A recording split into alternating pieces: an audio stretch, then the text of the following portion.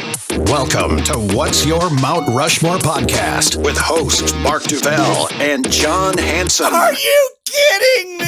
Two old friends and knuckleheads discussing and covering their top four choices for any and all topics, making up their Mount Rushmore selections each week. Nothing is off limits. As you listen, remember we always want to know, what's your Mount Rushmore?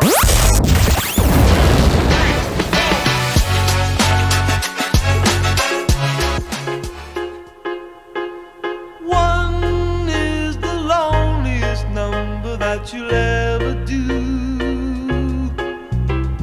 Two can be as bad as one.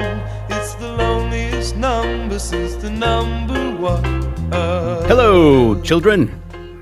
Hey, you found your favorite podcast. Once again, every week we're here, whether you like it or not. We're always going to keep coming back. We're glad that you're here to see us. Whoa, popped open a cold one, I see. For this episode, I thought I might have to. Well, cheers to you and cheers to the listener. But it is the What's Your Mount Rushmore podcast with one of your hosts, this guy over here, John Hanson. I'm the other host. My name is Mark Duval. Our new weekly episode, and this topic, it's definitely kind of dancing around other podcast topics we've done, but it's more specific.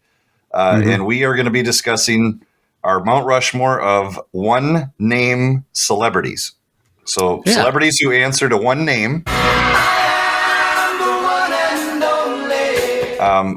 There's always going to be a few that just kind of immediately flash through your brain. And I think we can just hit the ground running with that very person in mind. Again, I don't know what you have, but I'll kick it off with my first pick. It feels like ever since I was a kid, she just won't go away. She's 66 years old, and her birth name is Madonna Louise Ciccone. I believe that's how you say her name.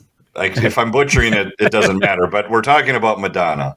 I think it's Ciccone. Ciccone? But yeah. Well, it's Italian anyway. Maybe some Italian listeners can help us out. Madonna Jabroni?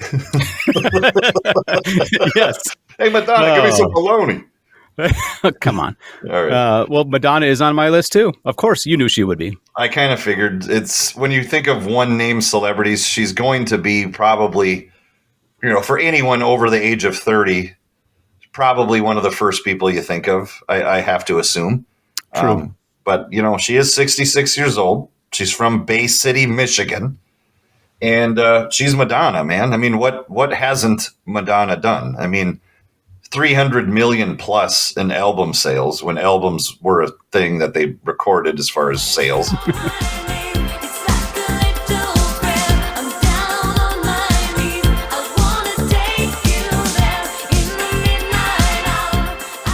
Yeah. I don't know. I don't even know how they gauge that these days when it's all about like downloads.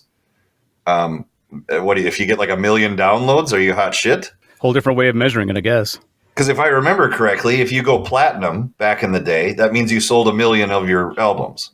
Correct. Yep. So I don't know. Do you still call it going platinum if it's just 1 million downloads for one song? Wow. That's a hell of a question. Yeah, you're right. So, and they do sell albums, obviously, not just singles. You can still buy an album or download an album. So if she gets a 500,000 downloads, does that equal a gold record? Of 1 million downloads equal a platinum? I don't know. That's a hell of a question. Do they even still use that phrasing? Like you're a platinum selling artist. It's a whole different world, man. And we've seen it all change in front of our very eyes. But, Madonna, again, she's the queen of pop. She's kind of been known, Michael Jackson, king of pop, Madonna, queen of pop. She was huge in the 80s and even through the 90s. She continued to be huge. That's huge. She is the best-selling female artist of the 20th century. No other female has sold more. And speaking of female pop singers, we talked about Madonna in an episode we did, a number of months ago with our guest host, Dave Ryan. And actually, you know what? If we ever have Dave Ryan on again, we should ask him what the hell, how do they measure sales nowadays? He would probably be the one to ask. Yeah, you're right. He should know that. He's still well within that industry and, wakes up every day with a microphone in front of him doing morning drive.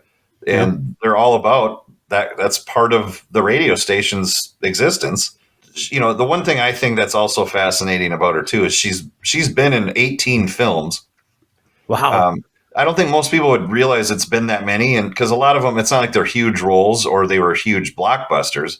I think the two that will usually kind of, well, let's say three, that will always kind of get to the surface is A League of Their Own. That's the big one, I would say. The other big one was Dick Tracy.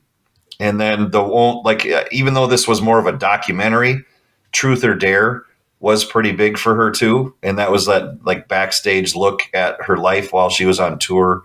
Well, she's very expressive. She was a fashion influence, both through her music and through her clothing and her look. I mean, young girls copied her look in the 80s.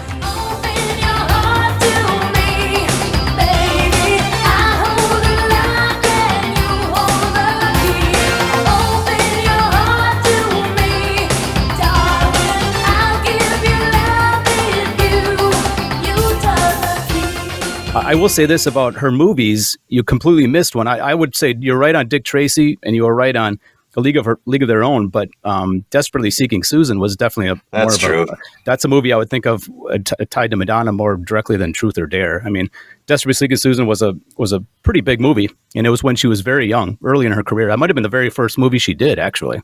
Good point, because that actually is a movie where Truth or Dare is a documentary that was kind of released in theaters. Yeah. So you're right. Yeah, it's, and I always thought it was cool too, because she married two guys that I'm also not, this has nothing to do with why I picked her, because I'm picking her because she's Madonna, and that's that. But I am a big fan of Sean Penn. That dude's an icon. And I also love her next husband. He was Guy Ritchie, and Guy Ritchie has made some killer movies, man. He directs them, he writes them, and they always have like his touch to them. How many times has she been married? I think only twice. Oh, really? Okay. She's been tied to a lot of men over the years, but not married to them, I guess. She's had her share of men. Yes. I think as far as marriage though, too, but I could be wrong. I don't know. Yeah. I know she has a ton of kids and they're not all hers. And so, she's adopted, right? She'll take a stroll through a village with extra baggage as she leaves. Yeah. But yeah, so I think we start with that one. So we both have her then, obviously, Madonna on our Mount Rushmore. Yeah, you can't leave her off, particularly because we covered her on our female pop stars list. We both had her on that list too, so it was pretty much a no-brainer. We were both going to use her again for this one. So that's both of us. Let's get back to number 2 for you. 2 for me. My second pick is Paul Davis Hewson. Oh yeah, I know who that is. Do you? Okay, I'm going to go on a limb and bet most don't. Yeah. But that is another just icon in the music industry. And I think before I say his name, all my picks are from music, because I guess that is where it's most likely that you have one name as a celebrity. So I know we're calling it one name celebrities, but it's kind of one name artists. Yeah. It's another way of looking at this. But Paul Davis Hewson is also known by really the globe as Bono from U2. Yep. Now, Bono's a badass, man. He's one of those guys. He was born to be a front man in a rock band because of his personality, because of his charisma. He's got it all, and because of his voice. Obviously, he's 64 years old now, I believe, from Dublin, Ireland. And that's what's wild. When Madonna's 66, here's Bono. He's 64. Isn't it wild that we've been alive and watched these people kind of go from being young artists to now, they're boomers, for crying out loud. Both of those cases, and actually with people coming up on my list too, they were people who first were popular when we were kids. Let's face it, we were young, and so we've seen them for 40 years, basically. And they've never really missed a beat. I mean, U2 is no less bigger now than they were 30 years ago, is how it feels. If anything, they're bigger.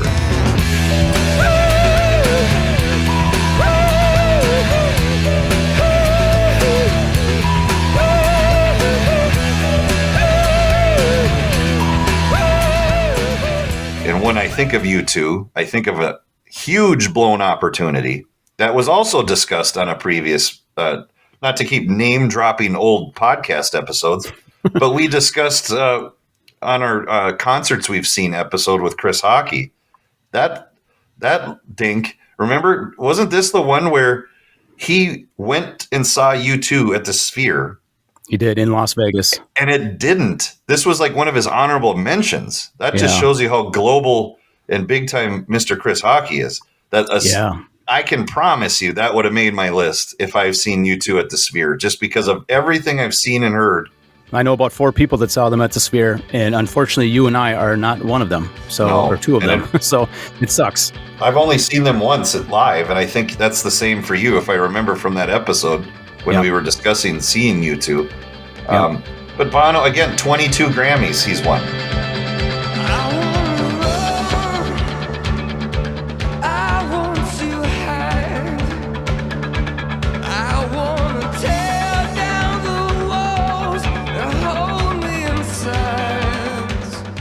The one thing I've always wanted to learn more about, and this is kind of spinning out of that documentary I've referenced before too, about One Night in Pop, and it's a documentary about the evening that they recorded and made "We Are the World," but it's also very inspired by a project that European artists did when they did this in, I think it was 1984.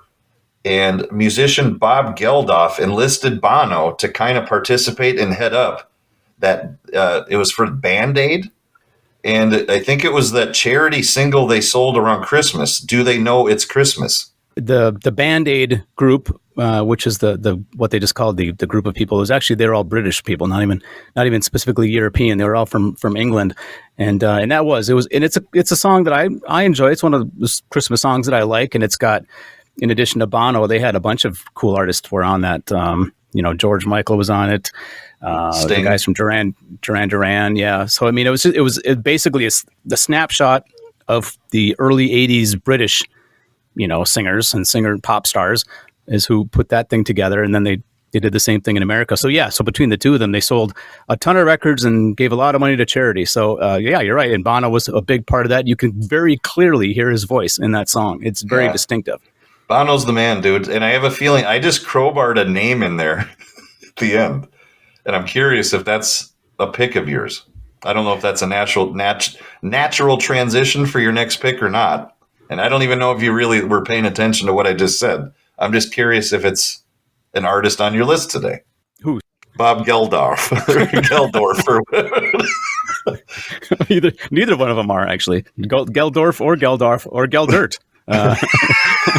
Geldert is on my Mount Rushmore, but for a different reason. We'll get to that later. I'll find out if he's actually listening to these episodes because he'll hopefully text me when he hears this. But so, what was the name that you said remind me? I was in my own little world. Someone who was in Do They Know It's Christmas? Sting. Oh yeah, Sting. Yeah, well, Sting is on my list. So if you're done with Mr. Bono, let's roll into Sting. My number 2 pick is Sting, indeed. And yes, born Gordon Sumner.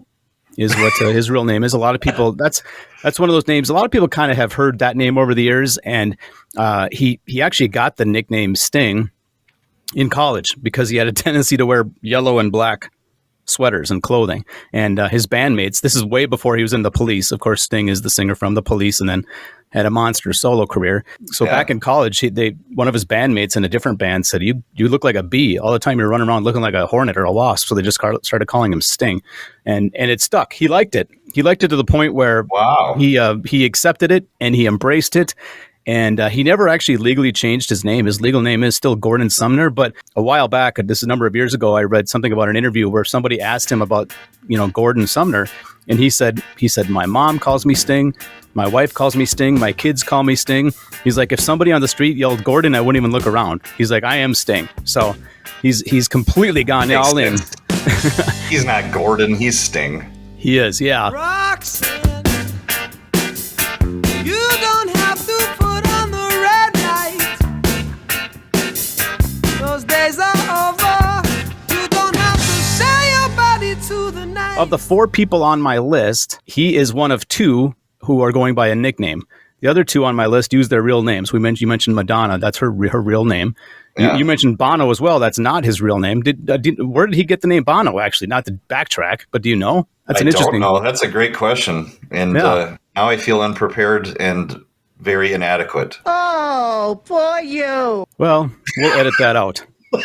No, we won't. We will not edit that out. That is a good question, though. How did Bono get his name? I'm kind of surprised that I haven't heard that over the years because I kind of have a weird brain for stupid, useless music trivia. So anyway, but Sting, he was a teacher actually back in the 70s, and a lot of people know that about him too. He taught back in England before his music career took off. He fronted the band The Police for about 6 years or so, from 1977 to 1983. In that short time, they actually won 6 Grammys, and they had 5 chart-topping albums. In that 6-year span, the Police did enough to get inducted into the Rock and Roll Hall of Fame. They actually have reunited a couple of times over the years, but really their core history was 77 to 83. And when I mentioned the Rock and Roll Hall of Fame, all 4 of the people on my list are in the Rock and Roll Hall of Fame as well. Woo, woo, woo, woo, woo, woo. Wow. What? All right. I got to admit, while you were doing that, I did use the World Wide Web. So I don't mean to steal your thunder. I feel this is too important for us to skip over. Did you ask Jeeves? I called 1-800-ASK-GARY. We get to mention the third previous podcast episode, the people named Gary. This is a podcast about previous podcasts. No, so Bono, Paul Hewson, known as Bono, was born and raised in Ireland. In his adolescence, he was a member of a group called Lipton Village. On one uneventful evening, hanging out on the street across from a local hearing aid company, his friends decided Bono Vox would be a good nickname for Paul. Huh? Bono Vox? Bono Vox, which I guess clearly ties to a hearing aids or a hearing aid company. But they're based on what I just read, again, on the World Wide Web. That's how he got. So I kind of wish I hadn't looked it up. That was not what I was expecting. I was just going to say his friends thought Bono Vox would be a good nickname. And I got to tell you, they were very wrong. Bono is a good nickname. Bono Vox. But what in the hell is Bono Vox? That's a terrible name. I'm glad he changed it. Although Bono Vox, you know who rocks? Bono Vox. No, you know who sucks? Bono Vox. I don't know. Bono's a cool name. We'll give him that. He was smart enough to cut the nickname down. The last thing I'll say about Sting, he's probably just as famous for his solo career.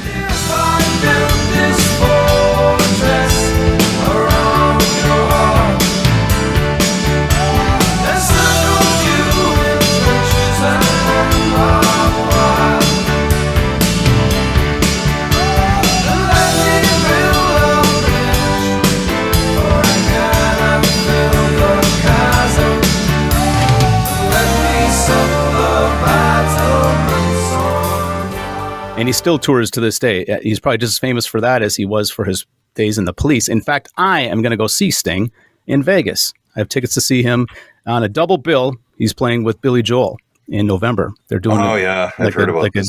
A dual tour together, and it's at the football stadium where the Raiders play. That's so that'll be a fun one. I would guess, maybe I'm wrong about this, but I would guess that your wife Molly would put Sting on her Mount Rushmore without a doubt. Yeah, you're right. You know that because you know her obviously well. You worked with her and you guys met. She met Sting. There's a photo. I'm actually looking at it right now as I'm recording. It's her standing on stage, arm in arm with Sting. All right, settle down. Keep it in your pants. Hey now. Well, I did. No, the best thing I can add about Sting, obviously I'm a fan, and I kind of feel a little strange he's not on my list, but I picked my 4 and I'm marching forward with it. That's kind of her. You're right. That would clearly be on her Mount Rushmore. The thing I was going to add though is it was a funny meme that I once saw, and it was just a photo of Sting on one side of the photo. And then it just says above his image, Sting, and then next to it, it's him with a really swollen face, and now it says stung. Oh God.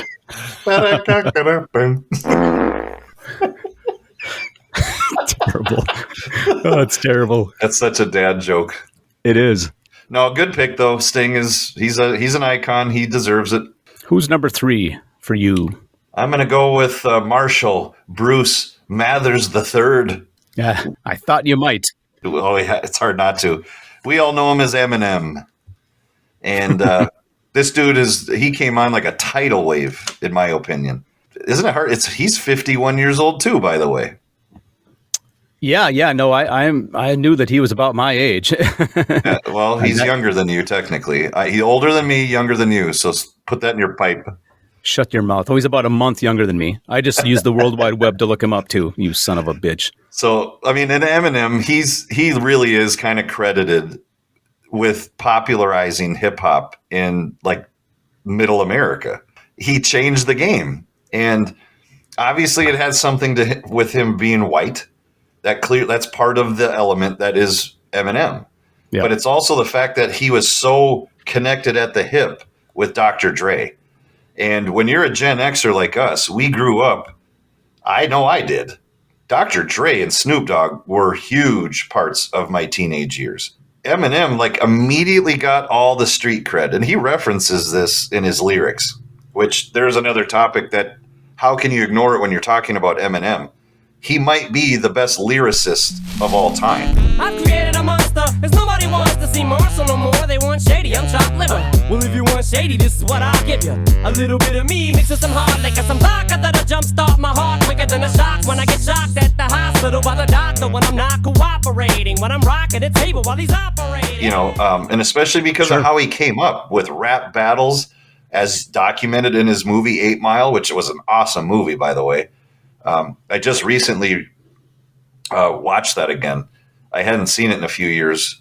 And it's one of those, I have no problem watching that every few years. It's a great movie. And I love that it's obviously loosely about him. I think a lot of people might, again, I say this as if I know, but I do think a big part of the population would say he's the best rapper of all time. Sure. Oh, yeah. You know, it doesn't matter, white or black. I think he's just that damn good. He belongs in that conversation with Dre, Snoop, Eminem, you know, Tupac, Jay-Z. He's very much in that rarefied air. But one thing that from a distance that I've always just wanted to know, like, damn it, who is the real Eminem?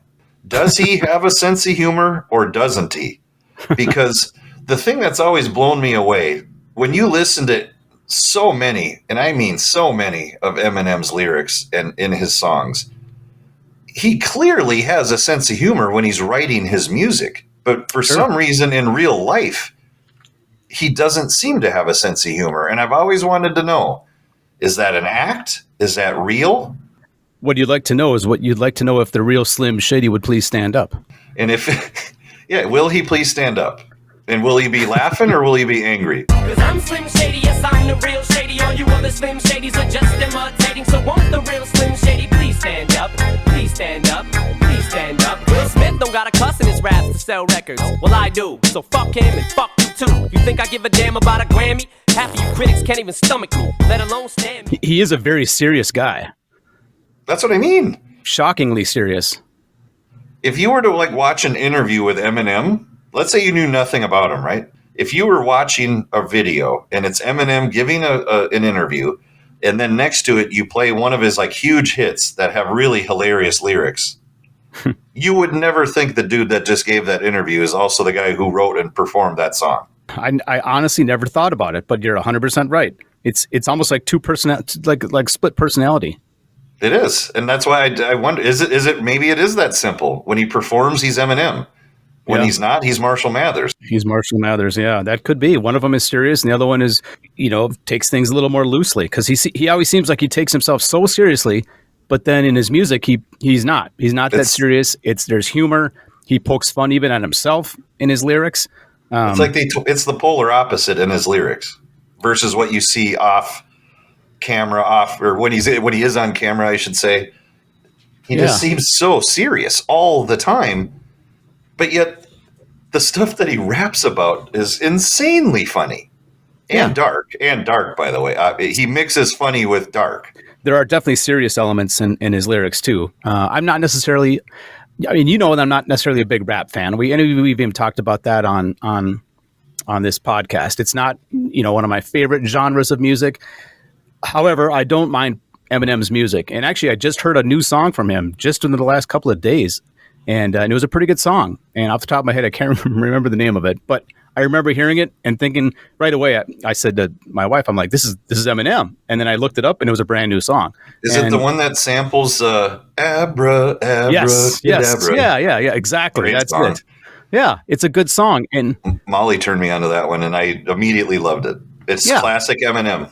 it is. It's classic Eminem. That's why when I heard it, I'm like, this is an old Eminem song I've never heard before. And I happened to look it up, or I think I Shazammed it actually. And no, that's 2024. It's a brand new song. Yeah, he's incredible. Most people probably realize that I sound like a boomer when I'm here, like, hey, Eminem's got a new song. but what the Or fuck? even the simple fact that you're like, I'm not really into that rap music. Yeah. Well, I'm not. The hell. But you're not. I mean, so it is what it is. I like rap more than I like country. I'll say that because I'm not into country music either. Well, yeah, I don't do even like get rap. me going on this. I am a huge. I love metal. I love rock, and I love rap. Kind of all. It almost pick your poison. I love them all. I just don't love country. Well, here, real quick though, back to the Eminem's sense of humor thing. Yeah. Like, here's such an example that it kind of shows you both of what we're talking about. If you ever get a chance and you remember listening to us talk about this, YouTube Sacha Baron Cohen, guy who played Borat, and very nice. All you have to do is Sacha Baron Cohen falls on Eminem's face. If you YouTube or Google that, you'll get video and you'll see what I'm talking about from an MTV Video Music Awards. And it was when he was like flying over the entire crowd dressed as an angel, talking in some weird German accent.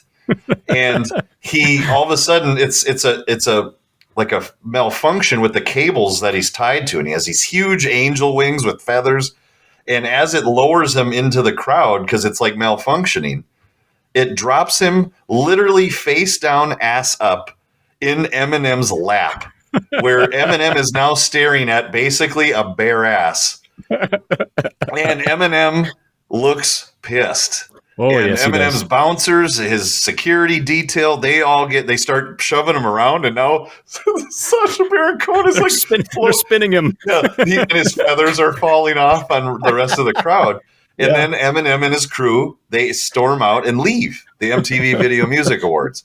But because Eminem has that persona about him, no one really knew. Is that real or was that staged? They both sold it so well that you then later find out, yes, it actually, Eminem was in on the joke. Yes, he was. As if I remember right, as Sacha Baron Cohen's face is down in Eminem's lap, he says, with his weird, goofy thick German accent, he says something like, "Oh, now I see why they call you Slim Shady." Because his head is he's upside down in his crotch. And his head is right in his crotch. Yeah. Oh, it was great. Yeah. And then you find out after the fact that Eminem was in on it. And as soon as he left the room, he busted up laughing. But he keeps such a straight face during the whole thing. Yeah. And he's even cussing, get this MFer off of me. It's he sold it well. And it's a great thing. But yeah, Eminem, he's on my list, man. He's clearly a one-name artist. I kind of, I thought about Eminem a little bit. But again, I was staying true to my not necessarily being a hip hop guy, so I left him off my list. I did go with something a little R&B-ish with my third pick, though. It's a guy that you probably aren't surprised is on my list. He may be on yours too. It's Prince. Great pick. Our local Minnesota boy. We talk about Prince a little bit in our movie soundtracks episode too. So there's a lot of crossover with this episode.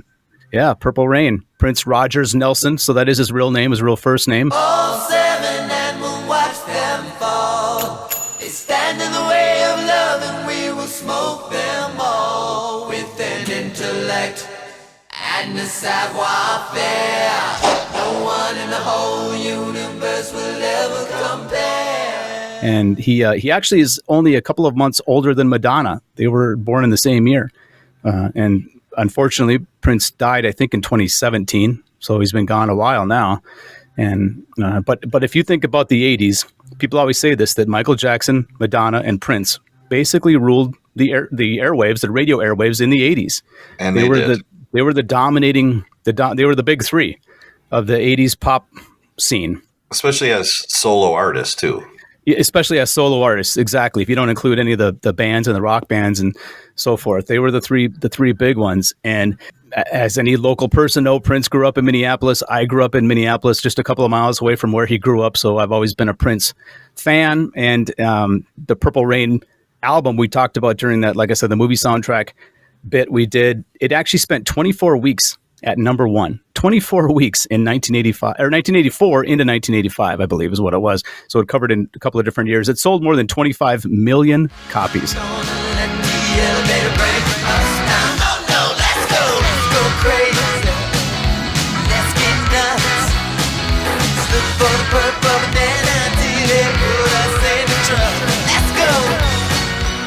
One album, 25 million. Talk about sales. There's nobody on earth that will sell. I don't think even Taylor Swift can sell 25 million copies of one album anymore, just because people don't buy albums. They buy singles, like we talked about at the top of the show. So yeah, they would. She's probably capable of. Well, I'm sure she's more than capable of 25 million downloads singles for a song. Oh, for sure. Yeah, absolutely. It's funny when you were just talking about the Prince. It made me kind of flashback real quick about Eminem. One of his lyrics is about Prince, and Prince is such a unique guy, was such a unique guy. It's still shocking that he's not around. It just feels like he still should be, but he's the only artist or celebrity that maybe has ever been identified as a symbol, not a name. Yeah. And it's when Eminem, when Prince turned himself into a symbol. That's such a, again, weird guy, probably a lot like Madonna, and who knows what that kind of fame in that era of the 80s does to a person like Michael Jackson, like Madonna, and Prince is no different. But the level of his artistry, he clearly was an artist. And sometimes calling somebody an artist is just a fun, classier way of saying they're strange. Yeah. He became, they called him the artist because it was like the artist formerly known as Prince, and then they just called him the artist. And so he not only was he an artist and people called him that, but he sort of had that as his name. I don't think he appreciated being called the artist formerly known as Prince. In fact, I know he didn't appreciate it because he was using the name Prince, and he didn't like that. But there's no other way to communicate a symbol verbally. No. You can't be talking about him without calling him something. Well, you know what? He was Prince, and he didn't give a shit. So that's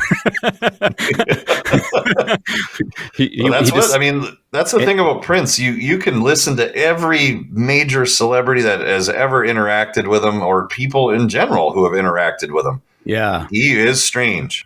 But they all have interesting stories. I mean, after he died, a bunch of those stories came out. Everybody from Lenny Kravitz to Kevin Smith, the producer from the Jay and Silent Bob, and also Dave Grohl. All these guys had these really interesting stories. I feel like every celebrity came out. I remember Jimmy Fallon shared one that involved going to some weird club in New York City and playing ping pong against Prince, and how he just kind of appeared. He beat the shit out of Fallon in ping pong and then left, and was, again, wearing the weird stuff that Prince was always known to wear. The big heels, the very feminine clothing. So, that's the whole Dave Chappelle bit too, right? Playing basketball with Charlie Murphy. Charlie Murphy playing basketball. What was it? It was skins versus blouses. Prince came on and played basketball in his full on like concert blouse wear and everything. But that's a great story. But yeah, no, Prince is a icon in Minnesota and really an icon around the world. Rolling Stone lists him as the 8th greatest musical artist of all time. And I'll truth be told, I would have liked him on my list, but I knew that you and I would have Madonna, not because I knew, I just know from common sense. And then I'm like, well, man, if I also pick Prince, that's going to be 2. We match on 2, and then we're really not getting to talk about as many different artists and celebrities as we want. But Prince is kind of like Madonna, where it came to my head immediately. Sure. How can it not? Especially Prince, because of our local ties. Prince is a big deal in the Midwest. We don't produce many global icons, so that's a pretty big thing for us. Yeah, no, Prince is he's like our Elvis. I think we mentioned that. We said those words too in a previous episode. So yeah. So anyway, so that was my number 3. I'm down to my last ones. Are you down to your last one then too? I guess you are. I got my last one, and my last one was one of those. It's a game time decision here. I had 2 names on my list, and I'm going to go with my gut, and I'm going to go with the artist that I am just like genuinely a bigger fan of personally, and that is Alicia Beth Hart Moore. Who? Huh? Also known as Pink. No, seriously. Who's your 4th pick though? How dare you? It is Pink. Pink stink.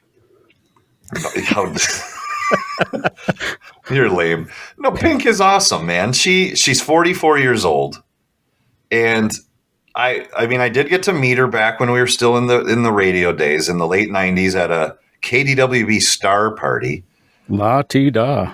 And that was when she actually really had like just vibrant pink hair. Yeah, she did.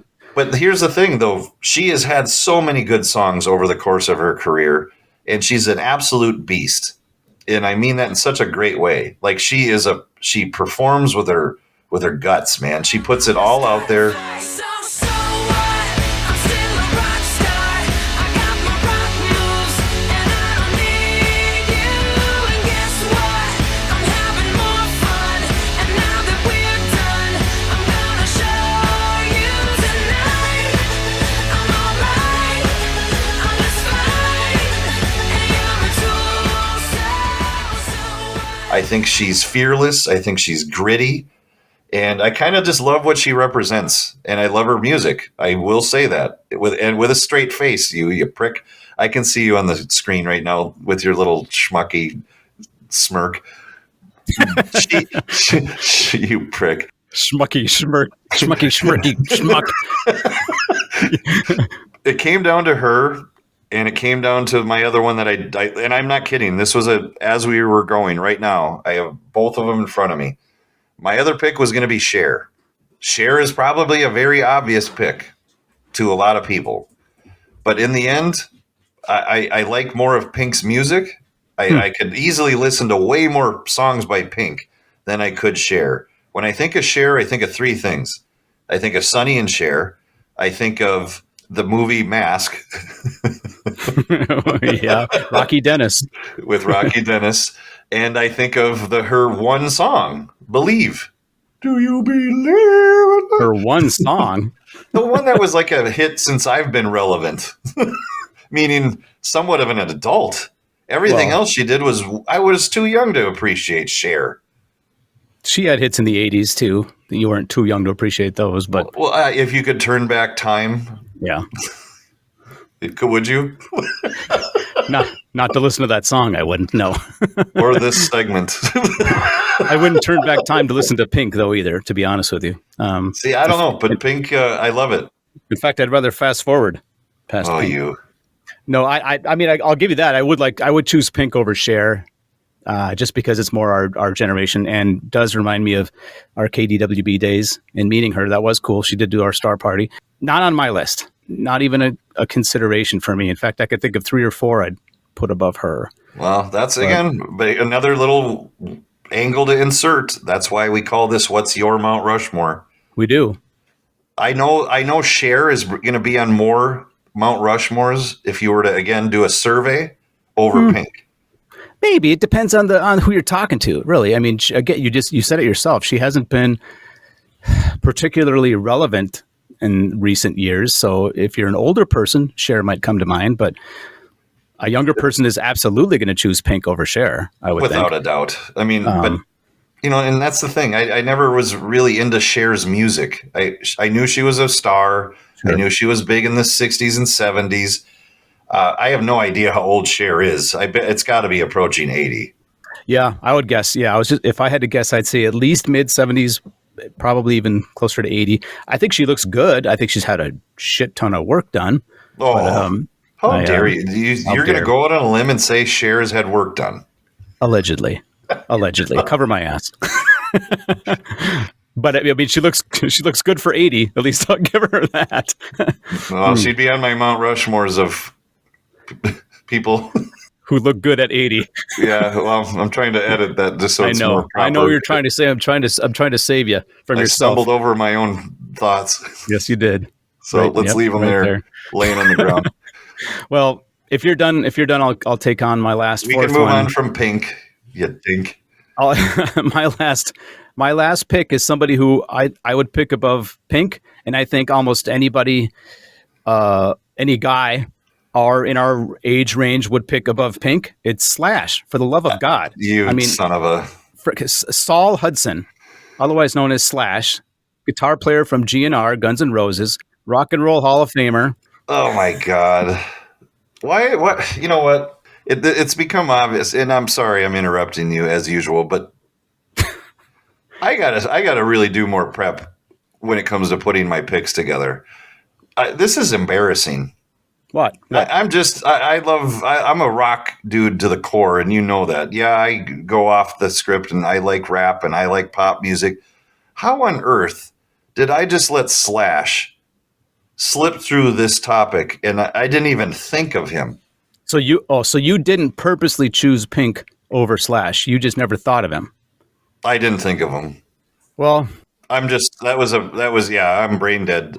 Slash I would put on my list. I can let you off the hook. If you had Slash written down and you said, "No, damn it, I'm going to put Pink on there instead." Yeah, see, that's why I have to have this reaction, because I got to defend myself here to some degree. There's people who know me who are listening to this. Whatever horrible reputation I have, I need to keep it horrible. Yeah. So all right, whatever. Pink's on my list. I already said it, but how I let Slash is...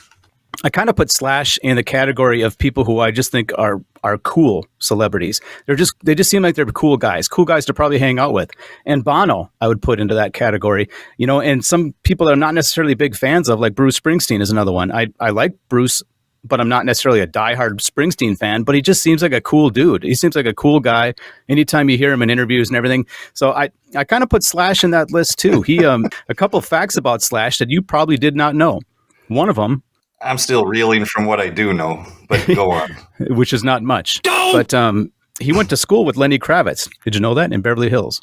I did know that. I heard that on a Howard Stern interview. Baba Booey. And did you know that he was not an American citizen until 1996? Did not know that. He was born in England, and to this day he keeps dual citizenship between England and the United States. And he didn't even have the American half of his dual citizenship until 1996. The other last thing is he was a champion BMX rider before he got really into music. I have heard. He could have been an extra in the movie Rad. Oh, look at the ties. No, here's what's so sad, man. Is here I'm sitting here. I've met Pink at Star Party. I've met Slash, and I still didn't think of this. Boo you. I met him in 2001 at the MTV Video Music Awards. Did Sacha Baron Cohen put his ass in your face, and that's why you don't remember him? Is that what happened? No, but that one bums me out, but it's such a solid pick because it's such an obvious one. GNR obviously is a great band, a band that still to this day, they split up for a long time and are back together now, and they play stadiums again, so they're still about as big as they've ever been.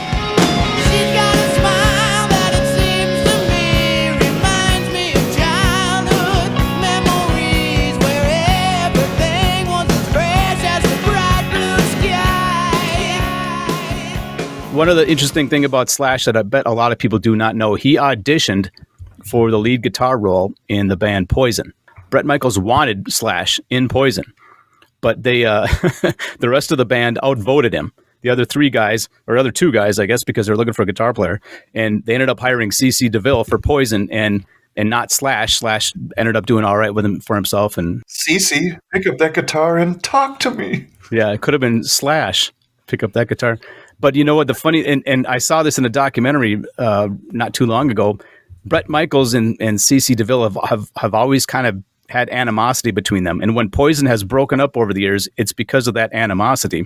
And a lot of people assume that is because CC knows that Slash was the first choice to be in the band. So even though Bret wanted Slash, they got CC, and I guess it worked out for all of them anyway. But yeah, so Poison would have been a very different band if Slash had been in it. I would think. And I know, I mean, Slash gets obviously the credit that he deserves as being like a premium rock guitarist. See, and that's why this one really just, again, where was my head at? And that's why I really got to spend more time instead of just doing a quick, oh yeah, this looks good. Because I would implode my side. One of the heads on Mount Rushmore, I would get rid of and put Slash on, and that's Pink. You personally deserve your own one-name celebrity. It's Anus. Anus Duvel. Well, and unlike Sting, if someone were to yell out Gordon, unlike that, if someone in a crowd yells out anus, I do look. Yeah, you know what? So do I, actually, now that you mention it. I think I have, anyway. I've been called it too many times to not think that they're talking to me. Yes, it's an assumption that they are talking to us, actually. For God's sake. Wow, well, that's all 4. That's all, I guess, all 7 of our lists, because we matched on Madonna again for the second episode. We matched on a Madonna for something, but yeah, it was a fun episode. No, I'm almost we match on Slash. It's just a technicality of my foolishness. No backsies, you prick. Because that's it. One last thing about Slash though is I don't think people realize just how many like side projects he's the guitar player on. Yeah, I don't have this stuff in front of me right now, but that dude has done so many things. Because of his guitar playing ability and just his image. I mean, the top hat, the hair, the cigarette hanging out of the mouth. You rarely see his face. Nobody knows what he looks like. No. Like, imagine if he just showed up with a pulled back ponytail with no hat. I bet you know what? I bet he can go in public. Yes. If he just has his face completely exposed with his hair pulled back. Absolutely, he could. I'm sure he does. Check out YouTube. I'll send John a photo of me and Slash, and you'll see that he always has looked like that. Yeah, because that's what 23 years ago I met him. Watch a music video from 1987. I think is when they first broke out. He looks like that. He really, and to his credit, maybe underneath the glasses and the big poofy hair, he has aged. Maybe he does look older underneath all that, but we don't know. He looks the same to us as he did almost 40 years ago. He's aging really well in that sense. But yeah. I have a quick honorable mention. This isn't a guy that I necessarily thought of seriously for my list, but it's a guy I like a lot. I think he's a cool dude. He's a little bit insane. It's Flea. Oh, Chili Peppers. Yeah. He's a nut, man. Yeah. He's a nut, but in a good way. I mean, he's just a lovable nut with some bad teeth. I've always wondered with him, what is his fascination of performing live naked? Because he's always flopping around the stage with Willie swinging in the air. Excuse me while I whip this out. I bet you always have wondered that. Well, I'm sorry. I'm the only one who's ever turned on like a video to see them and they go, oh, he's naked. I'm just going to edit that out so that it sounds like you said, I'm the only one that's ever been turned on when I see him naked. That's what you just said. I'm the only one. I'm the only one. Well, you may be the only one. Not to Flea. But Flea, and he's done some acting. Back to the Future, was it 3? Or no, he was in Back to the Future 2. 2. And 3. He should do more acting, actually. Well, he decided to flee. Wow. Oh, boy. Come on. All right. Well, we'll leave Flea and his weird teeth alone and move on and close this episode out. That would have been a legit pick, though. What's Flea's real name, then? Steve Thomas.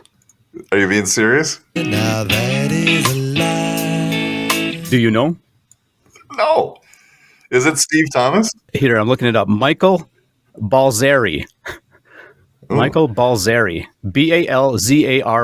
Balzary. Balls Harry. Yes.